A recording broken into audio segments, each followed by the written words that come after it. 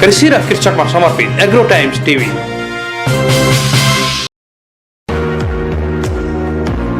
नेपाली समाजमा एउटा भनाइ चल्तीमा छ, बाँसको सबै थोक भलो तर त्यसको हुँदैन ढिकी र हलो।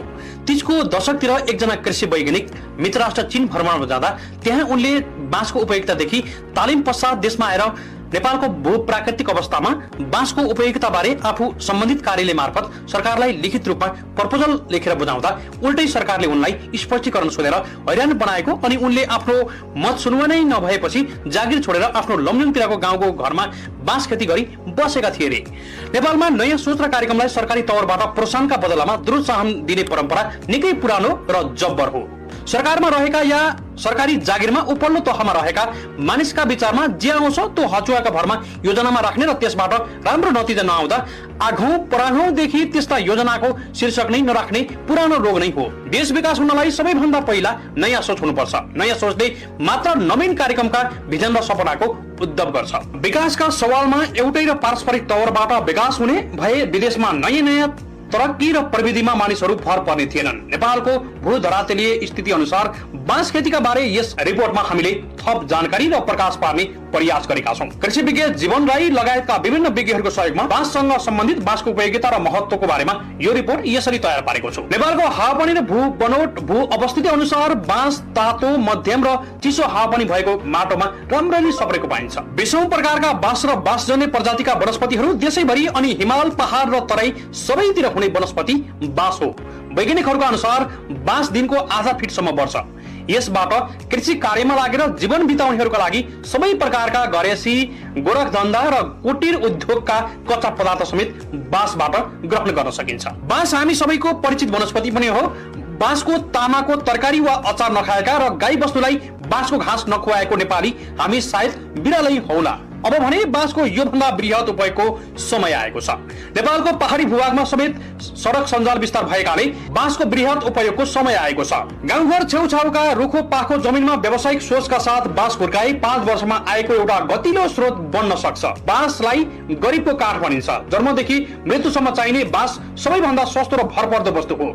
चिनिया कवि सुशीले भनेका पनि रहेछन्, तिमी मासु नखाई बाँच्न सक्छौ तर बाँस बिना बाँच्न सक्दैनौ। नेपालका तराईदेखि मध्य पहाडसम्म प्राकृतिक रूपमै बाँस सपन्छ। 3 देखि 30 मिटरसम्म अग्लो हुने यो वनस्पतिका 1400 भन्दा बढी प्रजाति रहेका छन्। विश्वमा 500 भन्दा बढी प्रजातिका बाँसको व्यावसायिक खेती गरिरहेको छ। कम लगानीमा हुर्काउन सकिने र चाँडो बढ्ने वनस्पतिमा पर्छ बाँस। बाँस लगाउन खेती भइरहेका खेतबारी पनि चाहिँदैन। सिंचाइ नहुने र बादर लाग्ने ठाउँहरूमा पनि बाँस मजाले सपन्छ गोडमेल नगरिकनै। 2 गेडा अन्न फल्न मुस्किल पर्ने जमिनमा बाँसको व्यावसायिक खेती गर्न सकिन्छ। बाढी पहिरो जाने ठाउँहरूमा बाँस रोपेर बुछ्याइ रोप्न सकिन्छ।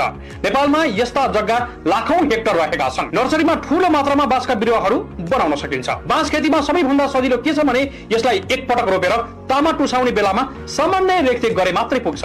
स्वास्थ्यवर्धक तरकारी र अचारको लागि प्रसिद्ध बाँसको तामा गाई बस्तुले पनि असाध्यै मन पराउने हुनाले वर्षमा यसको सामान्य रेखदेख गर्नुपर्छ। तामा जोगाएपछि बाँस हुर्काउन न मल आवश्यक पर्छ न त सिंचाइ। नेपालमा डोको, डालो, थुन्से, नाङ्लो, चाल्नो, मान्द्रो, चित्रा, भकारी, बारबेरका लागि बाँस रोप्ने गरिएको छ। तर बाँसबाट नबन्ने चिज चाहिँ कमै छन्। ठूलो स्तरमा बाँसको उपयोग गुणस्तरीय कागज उत्पादनमा हुन्छ। व्यापारीहरूका भनाइहरूमा नेपालमा वर्षेनी रु 50 अर्ब भन्दा बढीको कागज आयात भइरहेको छ।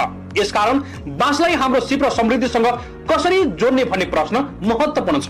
बाँसबाट हस्तकलाका आकर्षक डोको, डालो, नाङ्लो, पाथी, खोगी, पेरिङ्गे, थुन्से, मान्द्रो, खेलौना, आलमारी, ह्याङ्गर, टेबल, कुर्सी, सोफा लगायतका धेरै फर्निचर बनाएर आय बढाउने काम त छँदै नै छ। निश्चित योजनाका साथ काम गर्ने हो भने 5-10 वर्षभित्र हामी कागज उत्पादन उद्योगको स्थापनाको तहमा पुग्न सक्छौं।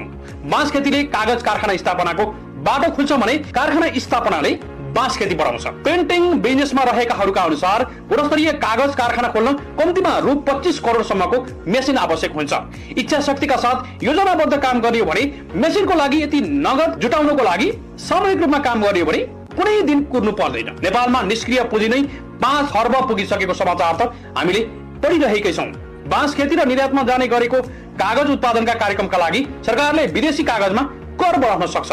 पब्लिक कम्पनीलाई करारमा बाँस खेती गर्न र कारखाना स्थापना गराउन सरकारले निजी जमिनहरू लिजमा लिएर न्यूनतम मूल्यमा लिजमै दिनुपर्छ। नेपालमा डाबर नेपाल र युनिलेभर नेपालले लगभग यही मोडलमा काम गरेका छन्। पब्लिक कम्पनीहरूले हजारौं हेक्टरमा बाँस खेती गर्न र पशुधनको क्षेत्रमा कामदारदेखि प्राविधिक र विज्ञसम्मका लागि रोजगारी सिर्जना गर्न सक्छन्। कम्पनीहरूमा संसारभर छरिएका नेपालीले लगानी गर्नेछन्। पछिल्लो समय पब्लिक कम्पनीमा शेयर हाल्ने होडबाजी पनि बढिरहेको हुन्छ, जसबाट हामी सफल बन्न सक्छौं। देश बाहिर रहेका नेपालीहरूले गाउँका बाँझो जमिन पनि बाँस खेतीका लागि यस्ता कम्पनीहरूलाई दिन सक्छन्। सफलताको आत्मविश्वास र प्रतिबद्धता चाहिँ व्यवस्थापन पक्षले दिनुपर्छ। चीनमा बाँस सम्बन्धी विश्वविद्यालय नै रहेको छ।